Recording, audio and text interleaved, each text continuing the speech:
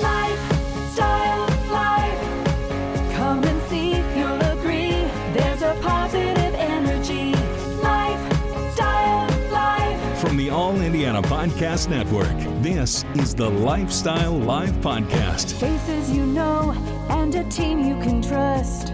Stories that form your heart. Lifestyle Live. Lifestyle Live. Do you feel underpaid, perhaps overworked? Do you want your voice to be heard? I'm Amber Hankins, and on this Lifestyle Live podcast episode, one of the most important conversations you'll have to learn is how to ask to be paid what you're worth. Shannan Monson, a go-to expert and seven-figure founder, shares 5 steal-worthy ideas to ask for what you want at work and beyond. This is the Lifestyle Live podcast on the All Indiana Podcast Network. Lifestyle Live. Why choose a Sleep Number smart bed? Can I make my site softer? Can I make my site firmer? Can we sleep cooler? Sleep Number does that. Cools up to 8 times faster and lets you choose your ideal comfort on either side. Your Sleep Number setting. It's the Sleep Number biggest sale of the year. All beds on sale up to 50% off the limited edition smart bed. Plus free premium delivery with any smart bed and adjustable base. Ends Labor Day. All Sleep Number smart beds offer temperature solutions for your best sleep. Check it out at a Sleep Number store or sleepnumber.com today. Lifestyle Live. It is one of the most tricky conversations that you can have. How to be paid what you're worth, right? And how to ask for it. So here with some help is Shannan Monson. She is a nationally recognized women's business leader. And Shannan, you are helping people tap into their power, their voice, in their potential as well. This is a big deal. First of all, welcome so much to the podcast. Thank you so much for being here. Where do we even begin? I love that. It's such a good question. I think the first place to begin is to remind yourself that the worst that can happen is that you get turned down, right? The worst that can happen is they say no. And if you can just stand up for yourself and really open the door to these conversations, it's going to lead to growth in your career. I think so too. So let's get right to it. You have 5 different situations for us, which I think is important because you're almost painting us a visual picture, allowing us to put ourselves in that situation of what we should do. So you say situation number 1, when someone asks you to work extra without extra compensation, that's a biggie. Yeah. So I love to say, hey, I would love to work beyond the original scope of the project. And what did you have in mind for compensation? And really just identifying, hey, this is above and beyond what we like, wait, what? I'm happy to play. I'm happy to go all in, but what did you have in mind? What do you do if you get a response from a boss who's like, I'm so sorry, but this isn't going to come with any extra compensation? Do you continue to push back or? Yeah, this is where contracts are so valuable and clear communication is so valuable. So I'll always refer back to, if you're a freelancer, the contract. If you're an employee, the employment contract. Like, hey, I understand that this needs to be done per the terms of our agreement. This is what we agreed upon. And sometimes you might say, I'll do it this once, but let's discuss in the future that this is not what we agreed upon, right? So there's definitely situationship decisions to be made, but it's not so much about pushing back. You're on the same team. Everybody's goal is to finish the project. Everybody's goal is to get results. It's about respecting boundaries and having honest expectations about what you want versus what's being delivered. You know why that's so tough sometimes is because I found myself in situations, even myself over the years, to where, I'm happy to help. Sure, I'll do it. Sure, that's fine. And then you're automatically their go-to person. Amber will do it. Do this. For nothing more. But then you feel like if you push back, if you say something, it's like, oh, well, she doesn't want to do anything more than what she's asked. She's not a team player. She's not doing it for the good of everybody else. She won't want to do any extra. She only wants to do what she's told. Do you hear that from people? Because I feel myself saying it. And I'm like, that's difficult because you don't want to be viewed as the person who will only do stuff that's, completely written down in the contract. Yeah, it's really interesting because I don't want to make generalizations, but typically men don't run into the same problem. Like they're leaving I didn't want to say that out loud.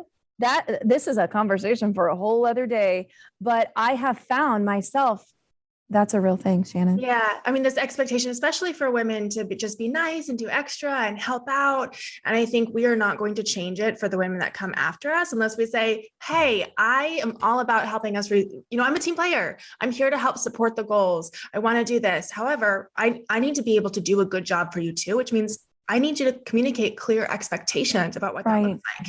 If you keep giving me extra stuff that we didn't discuss, I'm not going to be able to help you reach the goals either. And so coming at it as, hey, we're on the same team here. We're on the same I'm not page, saying, oh, I won't do anything outside of my contract. No, you're saying, hey, let's communicate so that we can both win. I love that. Okay. Situation number 2, you say when you're exceeding expectations and goals, but not being paid more. Yeah, this can happen a lot, especially when you've been at a job for a long time. Maybe you're at a growing company, new needs are coming up and they're just getting given to you. You can say, I'm so excited over the past X number of months. I've worked with the team to do X, Y, Z. We've accomplished all these new things. And I'd like to discuss a salary increase to reflect those new roles and responsibilities. Yeah, that's good. And I know examples of people who've been in there, right? I mean, you run into certain scenarios and situations. Do you have one for us on this one? Yeah, something that comes to mind is especially in like a growing company where instead of hiring new employees, they're just giving their same team members new responsibilities. And that's okay, but there also needs to be a promotional opportunity with that. So sometimes you have to advocate for yourself. You took on 3 new projects and now you're head of marketing and, the social media manager and XYZ. Like 3 jobs in one. Exactly. Well, and a lot of times you are. And so just bring that up. Hey, this is the job that I came on to do. Here's the roles and responsibilities, XYZ. Here's what I've done over the past 36 months, XYZ. Like we have gone above and beyond. This is so cool. I want to keep getting results like this for the company. Situation number 3, when somebody asks you to work for free or for way too cheap. We'll run into this a lot with friends and family sometimes. Oh, can you do this for me on the weekends? So one of the things I like to say is, out of respect for you and the integrity of this project, I'm not able to offer discounted services. Oh, interesting. I like that one. That's good. Okay, let's move on to number 4. You say when someone compares you to someone who costs less or is cheaper. I love your response to this one. Give it to me. We don't stand for this. We just say, in my experience, it is worth the extra investment to receive and then explain the value. However, if cost savings is your biggest priority, completely understand if you go with someone else. I think that last line, however, if cost saving is your biggest priority, meaning if this other stuff doesn't really matter to you as much as saving that buck, then okay. If you want to do it cheap and easy, I'm not your person. Yes. I think that really says something, and that really proves a point. Like I have so much more to offer. And I think that's what gets frustrating is in this, perhaps in the industry that I am or others, it's like, well, fine. If you don't want to be here, we'll find someone, for way less. It's like, no, I don't want to be here, or I do want to be here. Rather, I just want to get paid what I'm worth. I want to be paid what is fair, where my value is. And I feel like that's hard to argue with, Well, there's something really cool about not arguing it. So another way to respond to this question of, well, so-and-so's cheaper is you can try and explain away why your service costs more.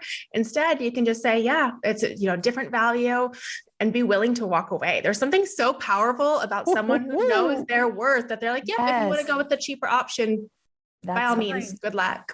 Good luck. Oh, you're so fantastic. Okay. Number 5, when someone says, well, you used to cost less, why are you more now? The price before was reflective of my experience and expertise at that time. And I'm excited to now be able to offer additional skills, years of experience, credentials, et cetera, to the project. I need to keep all this with me. Don't rationalize, don't explain. Just, I wasn't as good then as I am now. I'm better now. Right. So it costs more. And the tricky part, and maybe you wouldn't know this because it really does, it's dependent on what you do in your industry, but it's always that how much more, right? How much more should I ask for? What is the dollar amount on that value? And that's why transparency is so important, and talking to your friends and your coworkers and your peers and sharing what you get paid and having this level of transparency. Well, okay. The fact that you said that, I had conversations this morning with similar coworkers just about stuff like this in general. But so many people you hear like, oh, no, don't talk about that, hush, hush, hush. And it's like, I understand what you're saying, but we're kind of all in this together. And if we aren't armed with knowledge, then we don't really know what to say a lot of times. Like the more we know, the better we do, kind of thing. Yeah, that mindset comes from such a place of scarcity. There's only a few spots. There's only a few slices of pie. I have to fight you, elbow my way in to be able to get that promotion, that amount of money. When you realize just how much money is in the world and opportunities and abundance, we are not fighting each other over the same slice of pie. There's there's dessert for everybody. Yeah. And then especially as women, minorities, underserved communities, a lot of times we are getting paid less because we just didn't know we could get paid for. So the more we can be transparent with your friends, your coworkers, and share, hey, this is what I charged for this. This is what I got paid at this company. Yeah. We're going to create a better world again for those people that come after us. How do you know in certain situations to where you ask for more, you do what you've done, they still come back at you and say, you know, I'm sorry, I tried, but this is all we're going to be able to do. How do you know when to walk away, when to accept it, just say, okay, and give in and just, or when enough's enough? I think it really comes back to your personal values. Is this a project you'd be excited to do or a company that you're excited to work with? You know, money is just one exchange of value, right? If you can work somewhere that you have a great quality of life, you love your coworkers. And so it comes back to what do you really want here? But knowing that there is always another opportunity. I'm a big believer in this. There's always another opportunity. So are you choosing this because you think it's your only option, or are you choosing this because you think it's the best option? I love that, because it comes down to sometimes being a little scared, right? Venturing out into the unknown. I hear from women all the time who are, this is all I've ever done. Yeah. This is all I know. I'm scared to have to wait a certain amount of time when you ask them a couple months later and they're like, it's the best decision I ever made. I mean, everybody's situation is different, but do you think it comes from that place of just being a little scared? Oh, absolutely. And from a psychological standpoint, our brains don't know things that we haven't experienced yet. So the world that we've been living in, even if we're not getting paid enough, we don't like it, it's safe. We know it. I know, like comfortable. Protected here. But what I always remind myself is the worst that can happen is you stay the same. The worst that can happen is you go out, you try something new. You're like, oh, no, that didn't work out for me. And you come back to where you are, but you will never grow forward if you stay. I've heard this many times. If you stay in your comfort zone. Do you think too, I know for me, especially as a woman, as we get older, we get a little wiser, we get a little stronger, we get a little more, you know what I mean? It's like, whoa. 22-year-old Amber would have been like, okay. Yeah. Not now. Not now. And I'm hoping these new 22-year-olds are like, no, boundaries. We will not be doing that. Exactly. Especially in those young years. Shannan, anything else that you can leave us with that you can add to this conversation that perhaps we may have missed? I know that there's so much out there, right? There really is.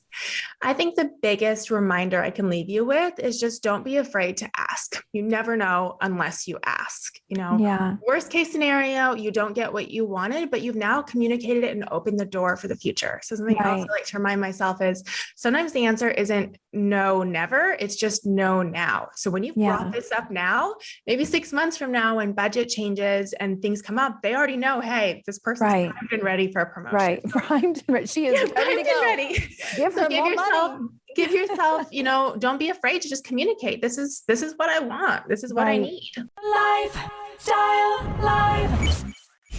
Lifestyle Live. I really love, though, setting the tone as we wrap this up, how you said, set the bar and set that example for especially other women to come, because a lot of times we do have the bigger fight. So knowing that really sort of paints a bigger picture. I know it does for myself. So I really appreciate that perspective. I hope it helps. I'm excited to hear how you all use these tools and phrases, and just remembering that we are really opening the door for the next generation. And I think that's really cool. Absolutely. Shannan Monson, thank you so much for all of your help. I am armed and ready. I feel like I'm going to write all these down, and everybody listening, you should too, because one time, one way or another, we all find ourselves in those situations. But thank you so much for helping us not listen to the no's and at least ask the question. I appreciate your time, Shannan, so much. Thank you so much for having me. From the All Indiana Podcast Network, this is the Lifestyle Live Podcast. Thank you for listening. Be sure to like, follow, and subscribe to this podcast wherever you get your podcasts. And connect for even more on Facebook and at lifestylelive.tv. Faces you know and a team you can trust.